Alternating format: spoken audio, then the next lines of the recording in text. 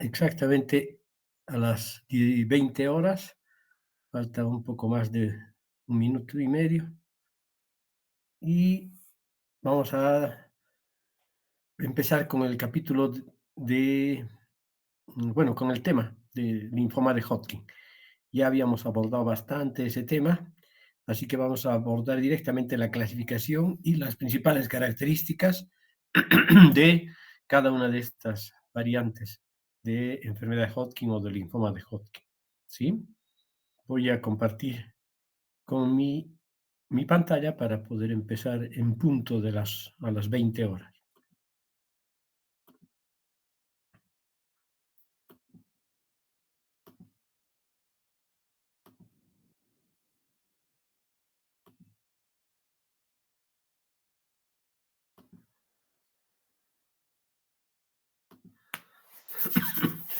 Muy bien, ¿se ve el cuadro y se escucha?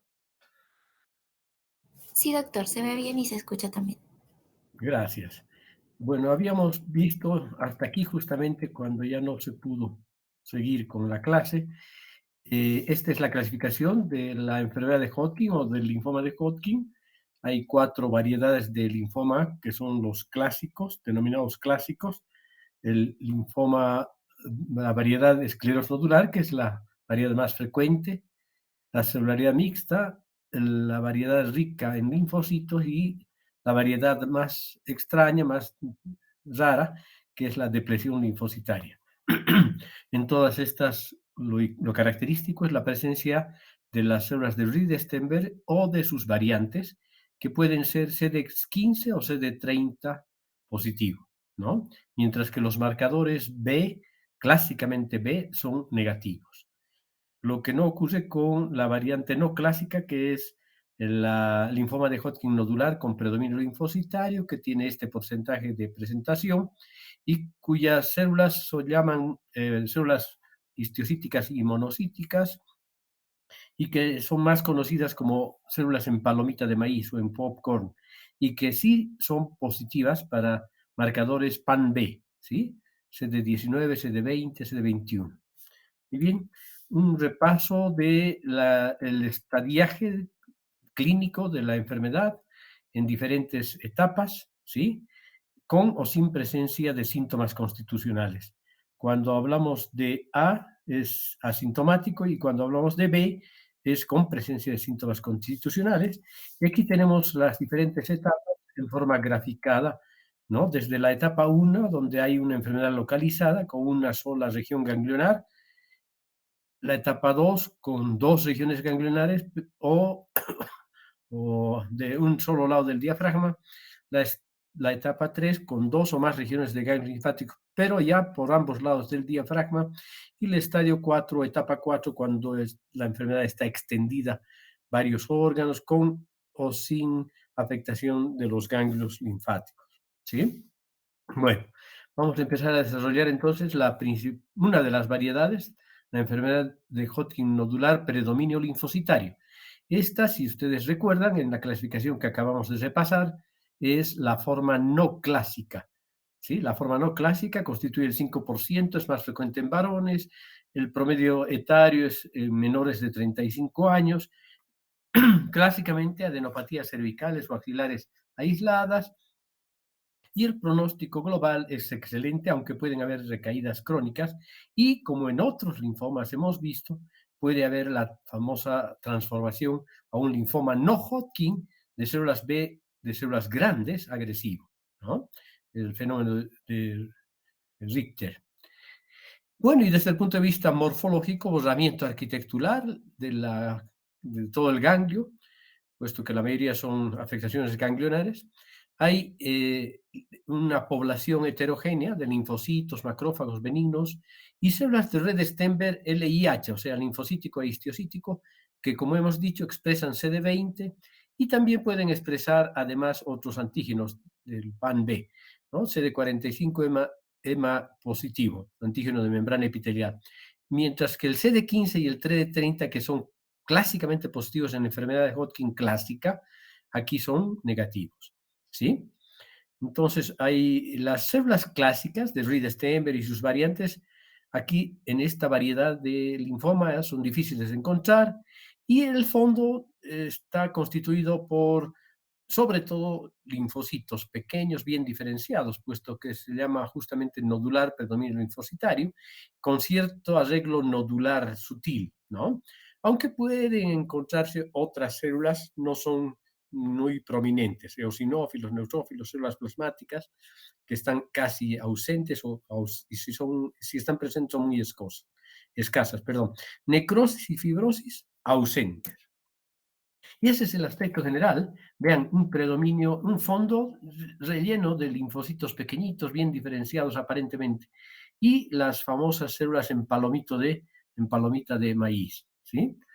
Histiocítico y monocítico. Entonces es el patrón clásico de esta variedad de linfoma, predominio linfocitario nodular. Muy bien, esta es la célula en palomita de maíz, esta es otra, y el fondo muy monótono, poblado por una población de linfocitos pequeños. ¿Se ve? Esa población, ese fondo. A veces se pueden encontrar algunas celulitas CD15 positivos. En este caso se habla de linfoma de Hodgkin predominio linfocitario, CD15 paucicelular, o sea, de algunas celulitas, ¿no?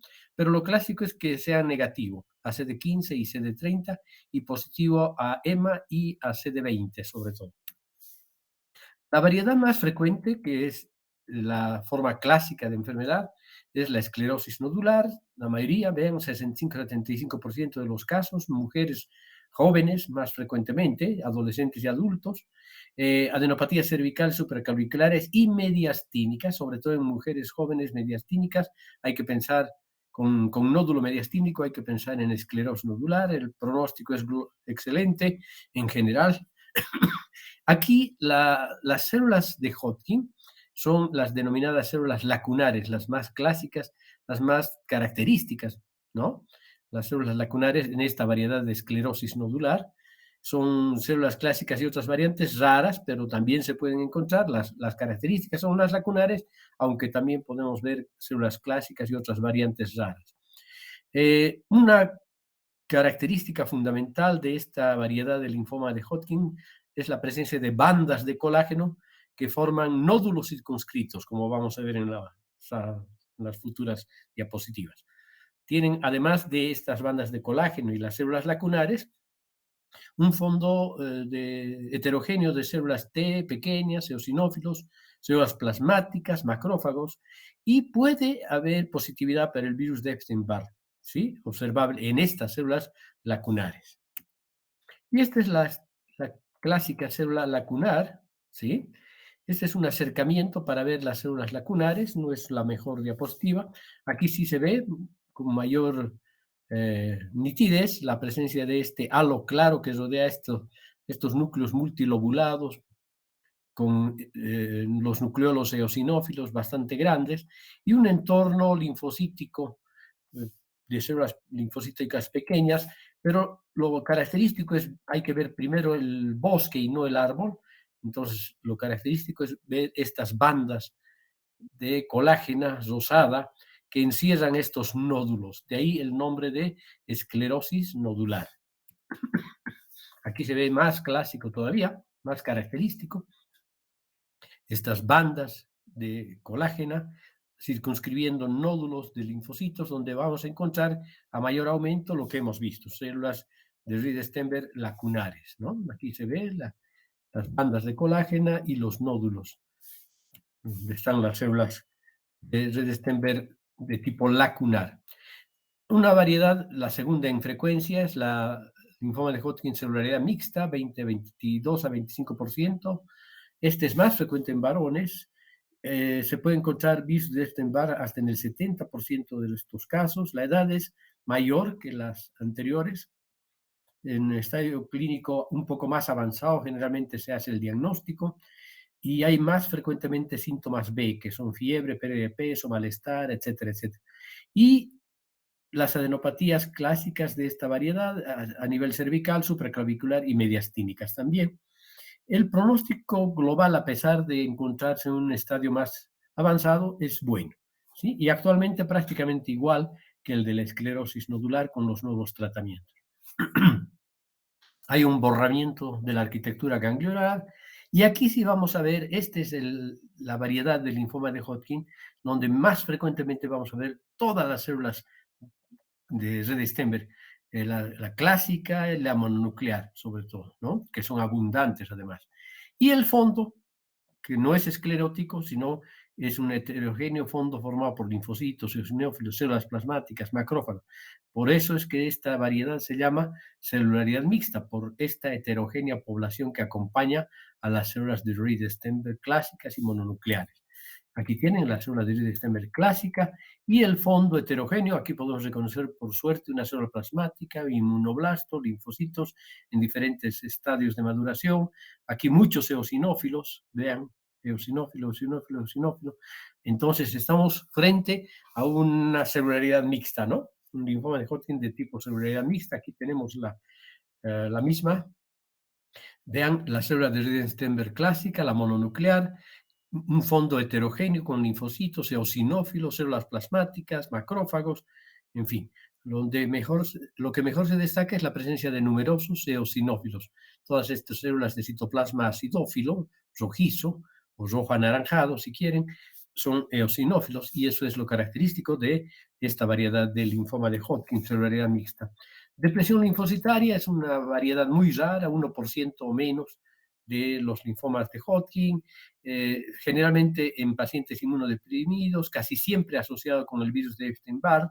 El diagnóstico se hace en un estadio clínico avanzado, en una enfermedad, en una clasificación de NARBOR 3 o 4, casi siempre.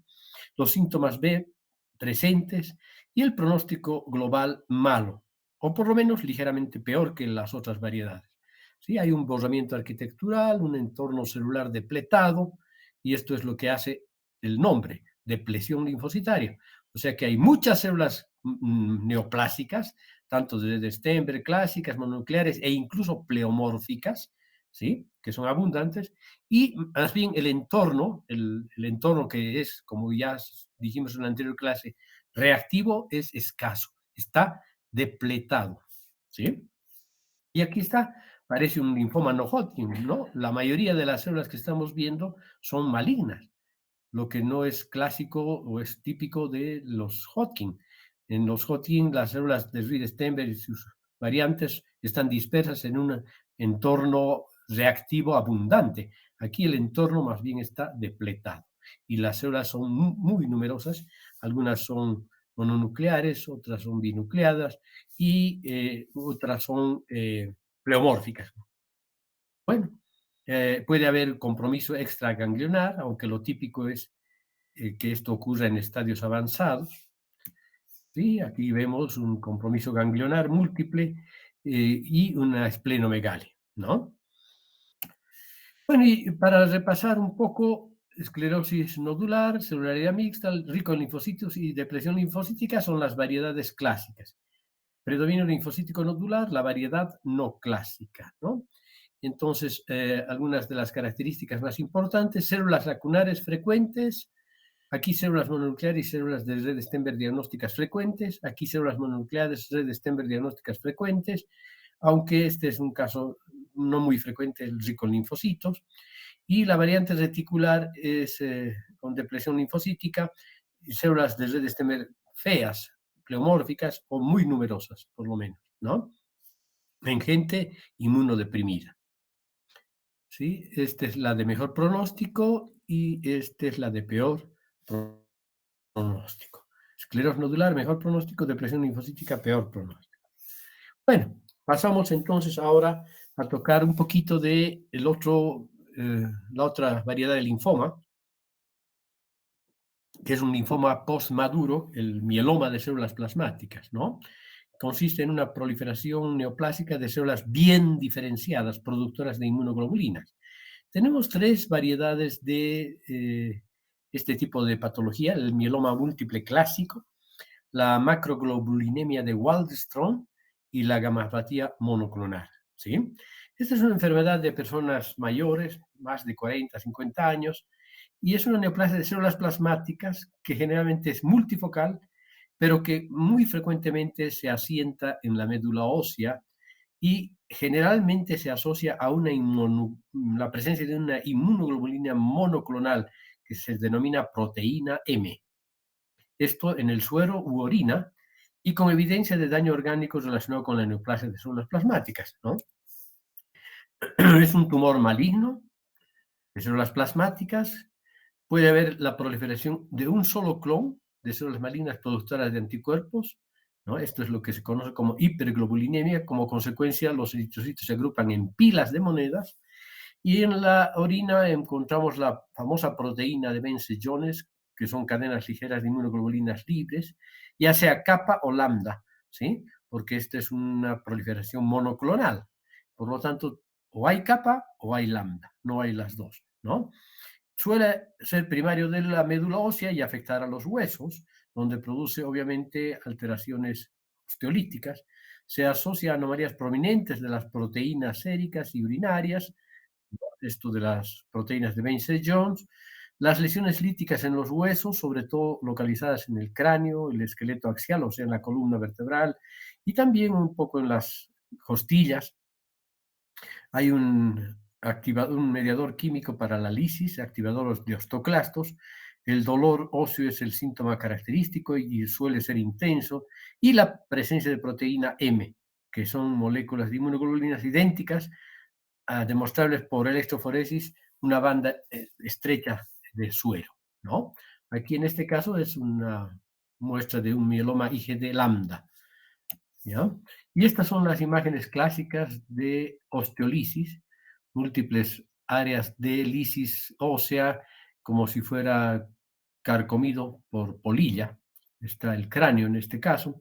Y aquí se ve un poco del hueso reticular, laminar, esponjoso, y toda la médula ósea está reemplazada por esta proliferación de células plasmáticas neoplásica maligna.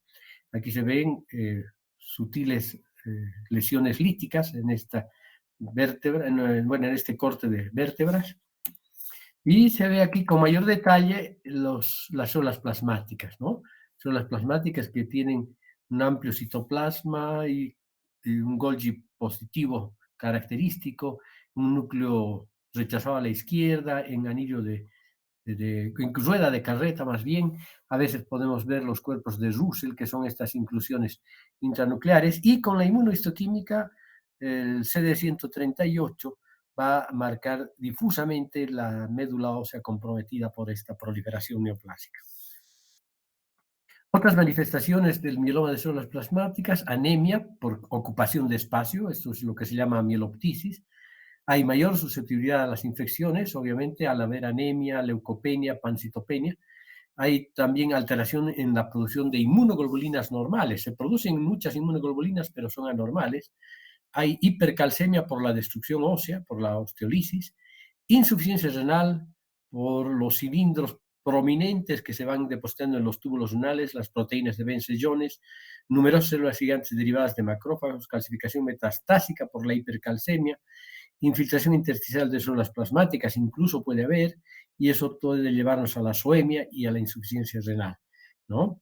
Y obviamente una consecuencia secundaria a muchas de las inflamaciones crónicas, y sobre todo se ve con frecuencia en el mieloma de células plasmáticas, una amiloidosis de tipo primario, depósitos de amiloide, ¿sí?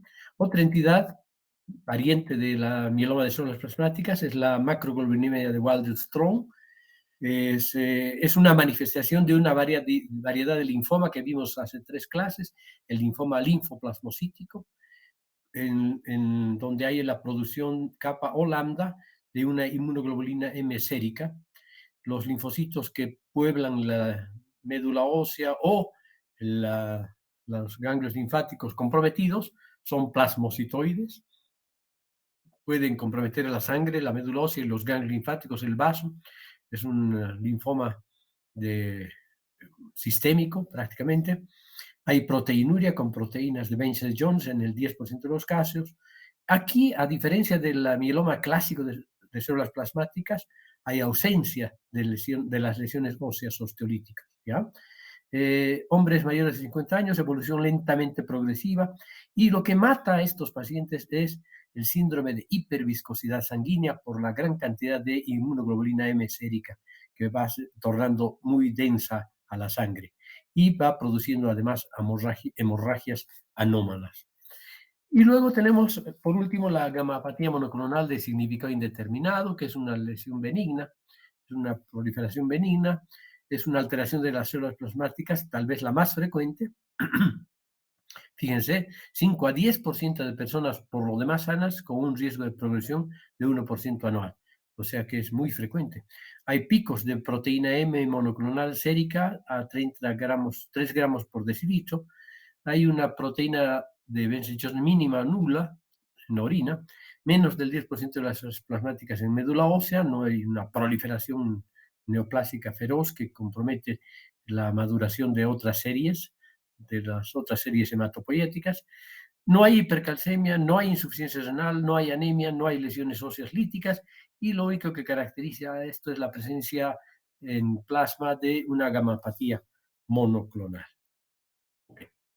Con eso terminaríamos esta parte del capítulo de eh, linfomas y ahora vamos a hablar de entrar al capítulo de riñón. ¿Sí?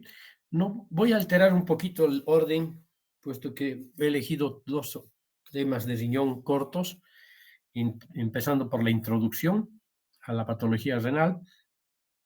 Vamos a hablar de la patología de los trastornos del desarrollo y congénitas y de la patología vascular del riñón. ¿Sí? Bueno, cuando nosotros vemos un riñón, nos enfrentamos a una estructura en forma de habichuela que tiene una corteza, una médula, una cápsula, un hilio y el sistema pielocalicial para la excreción de la orina, ¿no? Que ya está formada. Aquí en este órgano se lleva a cabo el ultrafiltrado glomerular con la depuración de sustancias nitrogenadas y es un órgano absolutamente indispensable para la vida del individuo, que sin ellos no puede sino sobrevivir con hemodiálisis o mediante un trasplante. Bueno, pero cuando uno estudia histológicamente estos órganos, nos vamos a enfrentar a 4 compartimientos. Los glomérulos, los corpúsculos renales de Malpighi en realidad, los túbulos, proximal, distal, asa de Henle, el intersticio, que es el estroma de sostén, en donde están alojados los glomérulos y los tubos, y los vasos sanguíneos que entran y salen, ¿no? Y que forman parte importante del filtro glomerular, ¿no? Los vasos sanguíneos que se van distribuyendo a partir del ilio hasta formar el lecho capilar cortical. Cuando uno de estos compartimientos falla, generalmente se va a ir afectando los otros compartimientos, ¿sí? Una patología vascular puede repercutir sobre los túbulos, necrosis tubular, por ejemplo, sobre el intersticio, incluso sobre los glomérulos, ¿no? Puede haber una glomerulosclerosis como consecuencia de una patología vascular, en fin. O una patología glomerular, una glomerulopatía, puede ir condicionando la muerte de una nefrona y, por lo tanto, comprometer túbulos e intersticio y, en última instancia, incluso los vasos sanguíneos. Y todas estas patologías tienen potencialmente la posibilidad de llegar a un riñón terminal, que es lo que obviamente hay que tratar de evitar. Bien, la enfermedad renal se puede catalogar como prerrenal, renal y posrenal. ¿Sí? Prerrenal cuando hay sobre todo pérdida de volumen sanguíneo, renal cuando hay afectación de alguno de esos compartimientos que acabamos de señalar y posrenal cuando es la vía urinaria la que tiene algún fenómeno obstructivo, infeccioso, en fin, o tumoral, ¿no? Bueno, no hay una forma específica de clasificar la enfermedad renal crónica porque hay un espectro de alteraciones muy variado hasta llegar a la insuficiencia renal, que cuando hablamos de insuficiencia renal ya hablamos de enfermedad crónica, ¿sí? Bueno, ¿y cómo se nota en realidad la enfermedad renal cuando va suscitándose?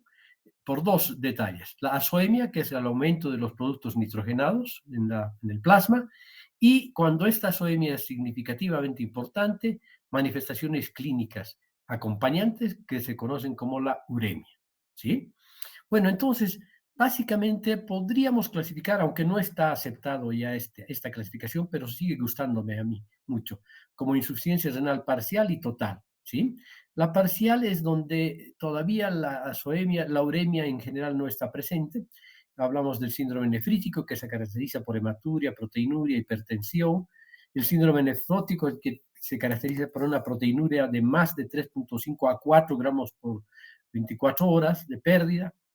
Y obviamente cuando hay proteinuria hay hipoproteinemia y edema como consecuencia por disminución de la presión coloidosmótica del plasma, que además se acompaña de hiperlipidemia y lipiduria. ¿Sí? Hay un rango de proteinuria que va desde la proteinuria no nefrótica, a veces insignificante, hasta el síndrome nefrótico, que es la proteinuria grave. Unos hallazgos de hematuria aislada, ¿sí? Que pueden no tener significación clínica o pueden evolucionar a una verdadera significación clínica, ¿ya? Pero también podemos hablar de la insuficiencia renal total cuando es aguda y que es potencialmente reversible y que se caracteriza, eso sí, por hiperazoemia de comienzo reciente como liguria y anuria, y la enfermedad renal crónica, que ya tiene uremia prolongada y progresiva, ¿sí? Y es irreversible, aunque el tiempo de evolución es muy variable. Puede ser agudo, subagudo o crónico, ¿no? Bueno, la mejor manera de medir la función renal es el volumen de filtrado glomerular.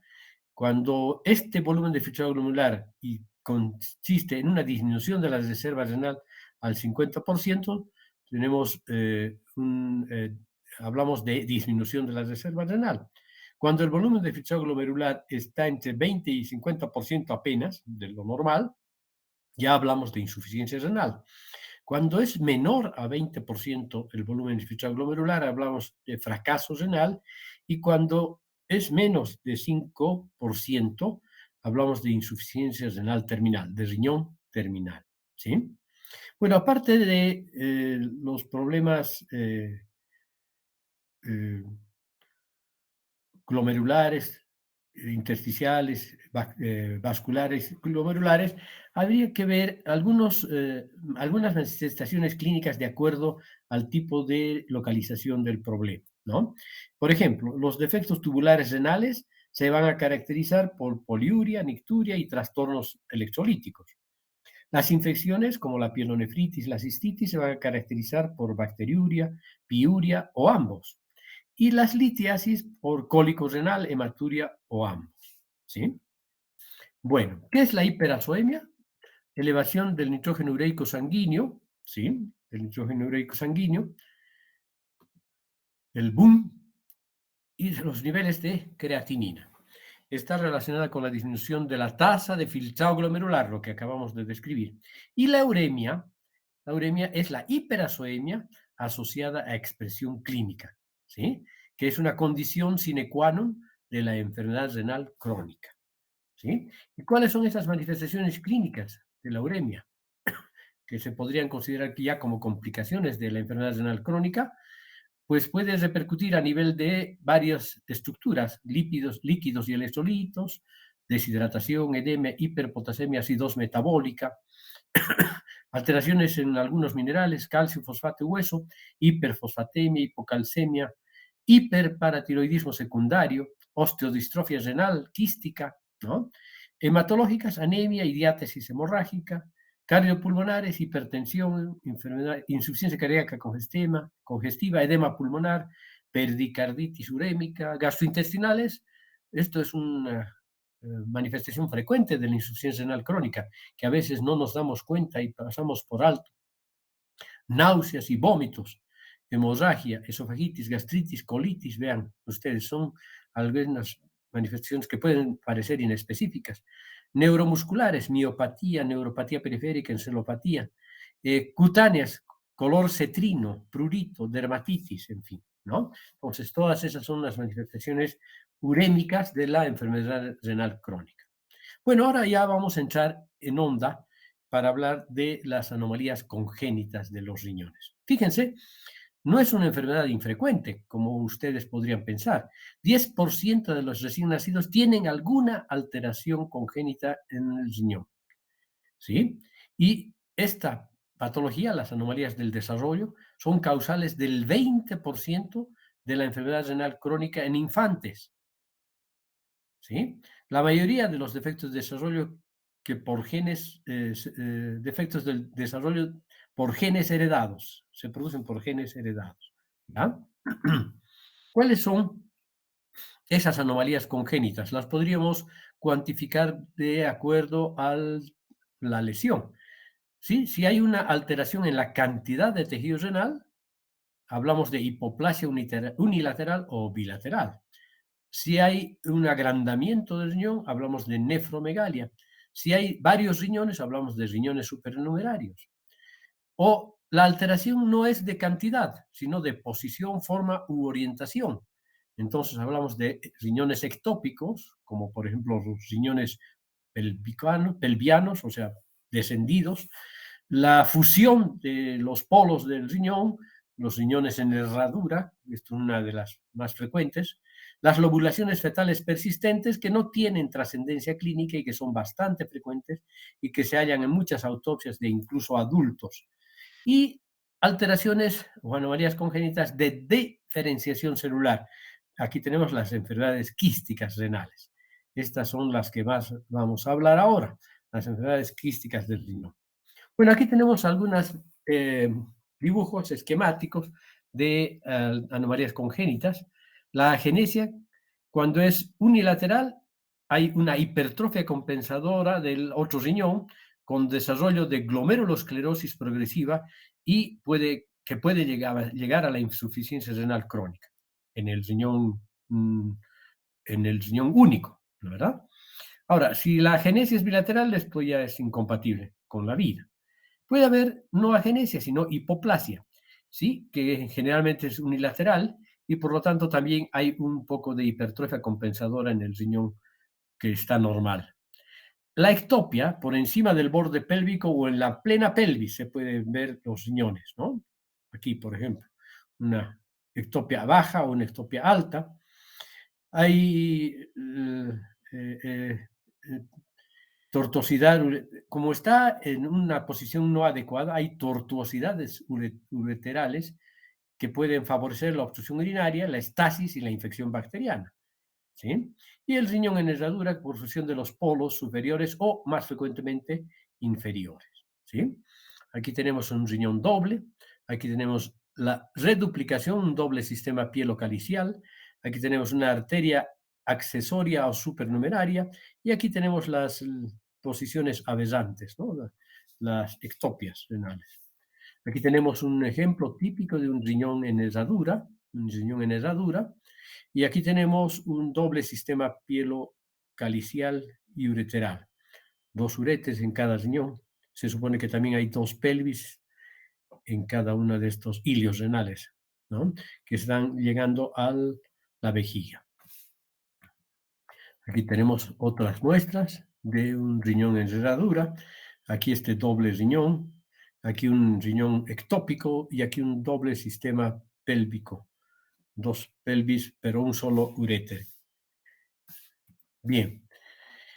La agenesia puede ser unilateral. La hipoplasia, aquí tenemos un dibujo, bueno, un corte histológico en realidad, esquemático, en donde la hipoplasia unilateral, por lo general, hace que el riñón contralateral se aumente, se hipertrofie, ¿no? Bueno, y ahora sí hablamos de las enfermedades quísticas renales, que son lesiones quísticas no neoplásicas, pero también hay lesiones quísticas neoplásicas, como el nefroma quístico, el nefroblastoma quístico parcialmente diferenciado, el cambio quístico multifocal en el tumor de Wilms. Ninguno de estos lo vamos a ver en este capítulo, ni siquiera en el capítulo de neoplasias, porque son realmente raras, ¿ya? Y sí vamos a hablar un poco de las lesiones quísticas no neoplásicas.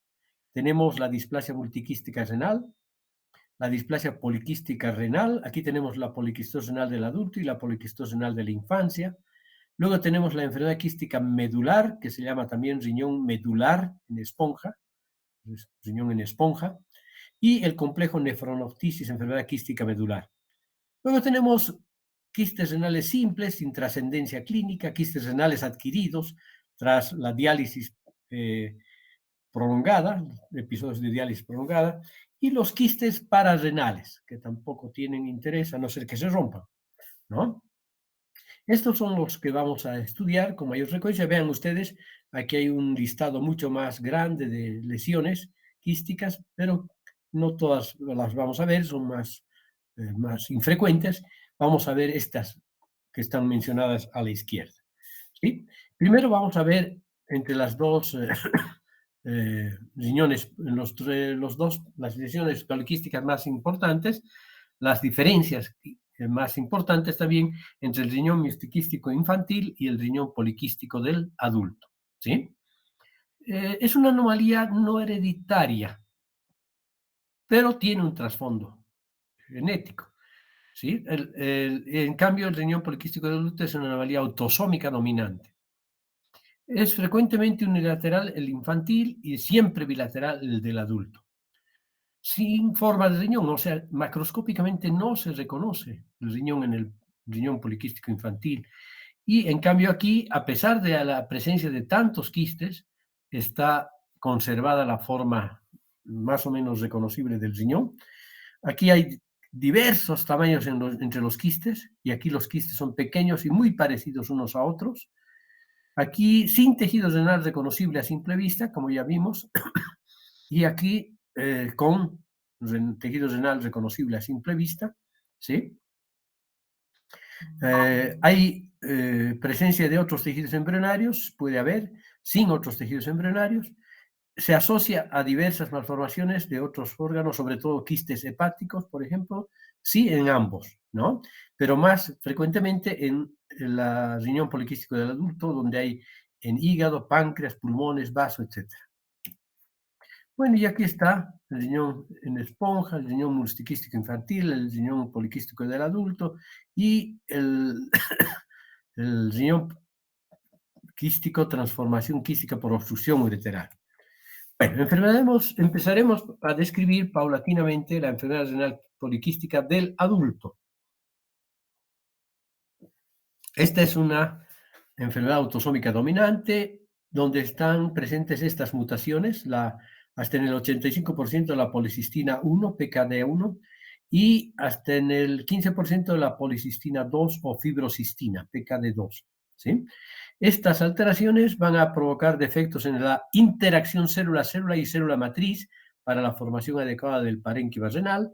Esto condiciona alteraciones en el crecimiento y diferenciación del epitelio tubular. La matriz extracelular anormal condiciona una proliferación celular y una secreción de líquido. Entonces hay una lesión vascular, inflamación, fibrosis intersticial y el resultado final son riñones multiquísticos bilaterales grandes, aunque hay nefronas funcionales dispersas y comprimidas entre los quistes en fases avanzadas, puede haber complicaciones como inflamación intersticial y fibrosis. Se asocia a quistes hepáticos y aneurismas saculares. Clínicamente, hematuria, dolor en el flanco, infección urinaria, cálculos renales, hipertensión. Vean, son como complicaciones en realidad de esta enfermedad renal poliquística del adulto. El 5 a 10% de los casos progresa a insuficiencia renal crónica a partir de los 40 a 60 años, o sea que tiene una vida relativamente normal y prolongada. Cuando empiezan a complicarse, entonces empieza a haber un deterioro progresivo de la función renal. Y este es el aspecto, siempre bilateral, quistes bilaterales, ¿no? Grandes, pero se reconocen nefronas funcionales, dispersas, aunque comprimidas entre los quistes, ¿sí? En fases avanzadas, como aquí, por ejemplo, ya hay un poco de fibrosis e inflamación, aquí hay bastante inflamación, todos estos puntitos negros son linfocitos, aquí hay fibrosis, ¿ya? En fin, se asocia a quistes hepáticos y aneurismas saculares. La enfermedad renal poliquística infantil es autosómica recesiva, tiene también un amplio rango de mutaciones de la fibrocistina, PKHD1. Existen tres formas, perinatal, neonatal, infantil y juvenil, y se caracteriza por quistes corticales alargados En el hígado también hay unas áreas portales alargadas por proliferación de los conductos biliares, con diferenciación biliar anormal, y los conductos colectores corticales dilatados con atrofia de los conductos contorneados y fibrosis intersticial. Esto es lo más característico. Entonces, los riñones quísticos son grandes al nacer, ¿sí? Ocupan gran parte de la cavidad abdominal, retroperitoneal en realidad, bilateral, múltiples conductos colectores dilatados corticomedulares tapizados por células cuboides, a veces es unilateral. Quistes hepáticos, fibrosis portal, proliferación de conductos biliares son efectos asociados. Y bueno, sobre todo en las formas de juveniles, como es, perinatales y neonatales, la insuficiencia renal es casi la regla y muerte en la lactancia o en la infancia. Aquí tienen unos riñones absolutamente gigantescos, con estos quistes corticales elongados hasta la unión córtico-medular. Bueno, otra patología renal quística es el riñón en esponja medular, que es una alteración autosómica dominante. Clínicamente, hematuria, infecciones urinarias y test renal recurrente son factores que favorecen esta patología. Esta es una patología benigna, se caracteriza por la presencia de quistes medulares en la urografía excretora, los riñones son pequeños, de superficie granulosa y deprimida, quistes medulares, más provenientes en la unión córtico-medular, los quistes son pequeños en la corteza, están tapizados por un epitelio plano cúbico simple rodeado por células inflamatorias y fibrosis. Un poco se parecen todas, ¿no? Atrofia cortical difusa y engrosamiento de las membranas basales de los túbulos proximales y distales. Algunos glomérulos pueden estar hialinizados, pero en general la estructura glomerular está conservada. Y ese es el aspecto, parece realmente una esponja de mar, ¿no? Luego tenemos el complejo nefronoptisis, enfermedad quística medular, es esporádica, no familiar, 20% de los casos. Nefronoptisis juvenil familiar, 50% de los casos, herencia autosómica recesiva. La displasia renal retiniana, 15%, autosómica recesiva. La enfermedad quística medular de inicio del adulto, 15%, autosómica dominante. Hay nefrocistina también presente, 1, 2 y 3, 5 losis genéticos. Hay clínicamente deplosión salina, poliuria, retraso del crecimiento, anemia. La insuficiencia renal crónica progresiva desde la infancia. Quistes medulares habitualmente concentrados en la unión córtico-medular, atrofia tubular cortical, fibrosis intersticial y riñones retraídos, como en este caso. Bueno, y aquí hay otra patología de la displasia renal, ninguna alteración genética aparentemente, alteraciones de la diferenciación metanéfrica, frecuente asociación con obstrucción pielo-ureteral, agenesia y atresia ureterales, pueden ser causantes de la displasia renal, otras anomalías del tracto genital inferior y frecuente compromiso bilateral, se ve como una masa en flanco, función renal contralateral normal, puesto que está contralateral normal, el comportamiento clínico es benigno, pero si es bilateral, el fallo renal es la regla. Hay persistencia de estructuras anormales como cartílago, mesénquima indiferenciado, túbulos colectores inmaduros y por una organización lobular anormal. Casi siempre los quistes de tamaño variable revestidos por epitelio plano simple. Aquí en este riñón hay áreas conservadas y hay áreas quísticas. Los quistes simples, que son hallazgos generalmente en la autopsia o en una radiografía o en una tomografía por otro motivo. Pueden ser grandes y entonces correr el peligro de rotura por el trauma, por cualquier traumatismo abdominal, incluso cerrado, o pueden ser tan pequeñitos y no tener significación clínica. Luego tenemos la enfermedad renal quística adquirida, no tiene trastorno genético asociado, es una degeneración quística sobre una nefropatía terminal asociada con la diálisis, ¿sí? Secundaria a la diálisis. Se manifiesta como hemorragias, eritrocitosis, neoplasias, puede favorecer el desarrollo de cáncer renal, y esto es dependiente de la diálisis, ¿no? Es una enfermedad adquirida post-diálisis. A lo que vamos a ver son quistes corticales y medulares múltiples, tapizados a menudo por un epitelio hiperplásico atípico. Esto puede convertirse posteriormente en una transformación maligna y en un carcinoma de células renales. ¿Sí? Bueno, ese sería entonces el capítulo de alteraciones congénitas y nos faltaría las lesiones de los vasos sanguíneos.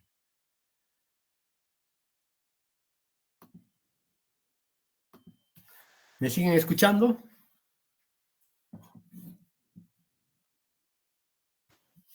Hello. Sí, doctor. Ok, gracias. Bueno, entonces los vasos sanguíneos pueden comprometer prácticamente todos nuestros órganos. Todos nuestros órganos dependen de su vida de los vasos sanguíneos que los irrigan. Entonces, hay varias patologías vasculares que pueden afectar la función renal, algunas leves, otras graves, ¿sí? Y por la localización del problema podríamos clasificar las enfermedades preglomerulares, estenosis de la arteria renal, hipertensión arterial benigna y acelerada, ¿no? La hipertensión arterial sistémica se refiere, los infartos renales, la coagulación intravascular diseminada y las vasculitis. Estos son el espectro de procesos patológicos vasculares sanguíneos que pueden afectar a los riñones, ¿no? Entre las enfermedades preglomerulares tenemos las vasculopatías lentamente progresivas y las rápidamente progresivas que llegan, como por ejemplo la insuficiencia cardíaca. Aquí hay la destrucción lenta de las nefronas por un fallo isquémico del ficho glomerular y hay una atrofia tubular isquémica. Las causas, insuficiencia renal, bueno, más bien las consecuencias, insuficiencia renal crónica y riñón terminal. Y las vasculopatías rápidamente progresivas, disminución del filtro glomerular y desarrollo de necrosis hipóxica del epitelio tubular, necrosis tubular aguda otra vez. Estenosis de la arteria renal, produce isquemia renal y puede producir hipertensión secundaria. La causa de la estenosis es la aterosclerosis más renal proximal o de sus ramas principales, como parte de una aterosclerosis generalizada, ¿no? Y produce estrechamiento de la arteria renal e isquemia crónica y disfunción de todas las nefronas. Por lo tanto, el cuadro va cronificándose y el riñón termina como atrofiado. El riñón no afectado sufre hipertrofia compensadora, puesto que en general la estenosis de la arteria renal es unilateral. Hay una variedad de estenosis de la arteria renal que es la displasia fibromuscular arterial. 2 a 5% de los casos de hipertensión renal se deben a esta patología, suponen una secuencia de actividad anormal del sistema renina-angiotensina-aldosterona. Es una causa reconocible de hipertensión susceptible de corrección quirúrgica. La estenosis de la arteria renal hay que reconocerla y tratarla, ¿no? Bueno, y la hipertensión arterial sistémica va a producir ya sea una nefrosclerosis benigna o una nefrosclerosis maligna. Entre la nefrosclerosis benigna, lesiones renales asociadas con esclerosis de las arterias renales y de las arterias de pequeño calibre.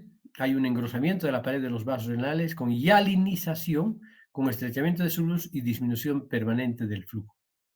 Está directamente relacionada con la hipertensión arterial benigna de larga evolución, ¿sí? Atrofia isquémica difusa de las nefronas, cicatrización simétrica y difusa, evolución lenta, riñones pequeños, pálidos y de superficie granular, más frecuentemente en población de raza negra, hipertensos y diabéticos, y con el tiempo insuficiencia renal crónica, ¿sí? Entonces, aquí está la típica glomerulosclerosis benigna con hialinización de la pared arterial y de los capilares glomerulares. Y aquí se ve esa superficie granular típica de la glomerulosclerosis crónica. Y la nefrosclerosis maligna, enfermedad renal asociada a una fase acelerada de la hipertensión arterial sistémica, aunque, fíjense ustedes, puede surgir en normotensos. Generalmente surge sobre añadido de una hipertensión esencial benigna preexistente que se puede transformar en una hipertensión maligna, ¿sí? La enfermedad renal crónica, glomerulonefritis o nefropatía de reflujo o esclerodermia. Aquí hay necrosis, además de estenosis de la luz, hay necrosis fibrinoide de las paredes vasculares, hay una arteriopatía hiperplásica, la íntima y la media de las arteriolas, tiene una serie de capas de piel de cebolla porque hay una hiperplasia de las células musculares, hay una glomerulitis esclerosante como consecuencia y una microangiopatía trombótica glomerular. Ocurre, perdón, ocurre en el 5% de los pacientes hipertensos, sobre todo en los que están cursando una hipertensión acelerada, que pueden cursar con trombosis intravascular y arteritis. Hay isquemia renal con estimulación del sistema renina, angiotensina, aldosterona y otros sistemas vasoconstrictores, y la insuficiencia renal crónica progresiva y la uremia son la consecuencia. Aquí tenemos, vean, esta es la proliferación celular, ¿no? Una arteriosclerosis celular proliferativa en catáfilas de cebolla, y aquí la necrosis fibrinoide de la pared del vaso sanguíneo. ¿Sí? Entonces, esta es la consecuencia de una hipertensión arterial maligna que produce nefrosclerosis acelerada también. Hay otras patologías, las microangiopatías trombóticas. Esto se produce en el síndrome hemolítico urémico, que puede ser clásico del adulto familiar o idiopático y asociado a la púrpura trombocitopénica trombótica. En el clásico infantil, generalmente asociada a infecciones por E. coli, productor de verocitotoxina. Del adulto asociado a infección, anticuerpos antifosfolipídicos, anticonceptivos, complicaciones del embarazo, fármacos, radioterapia y esclerodermia. Todas esas patologías pueden dar microangiopatías trombóticas. Luego tenemos la familiar y la idiopática. Anemia hemolítica, microangiopática, trombocitopenia, insuficiencia renal, manifestaciones de coagulación intravascular. ¿Sí? Y hay una lesión endotelial y agregación intravascular de plaquetas. Eso es, al final de cuentas, el trombo, ¿no? Las microangiopatías trombóticas van a producir necrosis cortical renal focal, engrosamiento de la pared capilar glomerular, con depósito de fibrina y tumefacción endotelial, mesangiolisis y alteraciones arteriolares, con necrosis fibrinoide, hiperplasia de la íntima y trombos. Los infartos renales son generalmente secundarios a émbolos provenientes del corazón, pueden provocar trombosis mural, eh, secundarios a trombosis mural tras un infarto agudo de miocardio, por ejemplo, como complicación de un aneurisma ventricular, endocarditis vegetante, aneurisma aórtico, todos estos favorecen el desarrollo de émbolos que van a lanzar hacia los riñones. Hay infartos anémicos, únicos o múltiples, con áreas irregulares o triangulares de base cortical y vértice medular, y color blanquecino, ese es el infarto anémico clásico. Puede cursar subclínicamente o puede producir un dolor espontáneo a la palpación costovertebral e incluso hematuria. Y aquí está el típico infarto triangular. Y aquí se ve que es un infarto, que es una necrosis de coagulación. ¿Sí? En la necrosis de coagulación, la arquitectura se puede visualizar adecuadamente, pero se ve que ya no hay núcleos, ¿sí? Quedan como sombras nada más las estructuras glomerulares y tubulares en este caso. Y por último tenemos la coagulación intravascular diseminada y las vasculitis, ¿no? Bueno, la coagulación intravascular diseminada, múltiples causas, enorme cantidad de causas que pueden también comprometer el riñón, y aquí tenemos estos trombitos ocupados los capilares glomerulares y también algunos vasos sanguíneos. Aquí se ve que está bien organizado el trombo y ha ocluido. ¿Sí? Y luego las vasculitis, que son de acuerdo al tipo de vasos que comprometan, de pequeño calibre, mediano calibre y vasos de gran calibre. Los que más comprometen la parte parenquimatosa son los de vasos pequeños, las arterias interlobares, la poliarteritis nodosa y la enfermedad de Kawasaki, y la arteria renal principal en las arteritis de células gigantes y la arteritis de Takayasu. Pero las arteriolas glomerulares, sobre todo, y las interlobares e intralobares, son comprometidas por estas vasculitis, ¿no? Henoch-Lane, la púrpura de Henoch-Lane, la vasculitis creoglobulinémica, las vasculitis por anticuerpos antimembrana basal glomerular, como en el Good-Pasteur, el síndrome de Good-Pasteur, las vasculitis asociadas a anticuerpos anticitoplasma de neutrófilos. Aquí tenemos la granulomatosis de Wegener, la poliangitis microscópica, el síndrome de Churg-Strauss, ¿sí? Y todos estos producen nefritis, glomerulopatías, sobre todo. Y en cambio, las de compromiso de arterias de mediano calibre, infartos y hemorragia, y las de gran calibre, hipertensión de origen renovascular. Bueno, con eso terminaríamos estas 3 presentaciones que hemos hecho hoy día. Para la próxima clase veríamos entonces las enfermedades glomerulares o tubulares e intersticiales. Toda esa patología estaba en una sola clase, pero la vamos a dividir en 3 clases más, ¿ya? El miércoles, el lunes y el miércoles siguientes. Bueno, me despido con ustedes esta noche. Espero no haberlos cansado mucho, pero había que abarcar todo lo que se debía abarcar. Buenas noches. Muchas gracias, doctor. Buenas noches.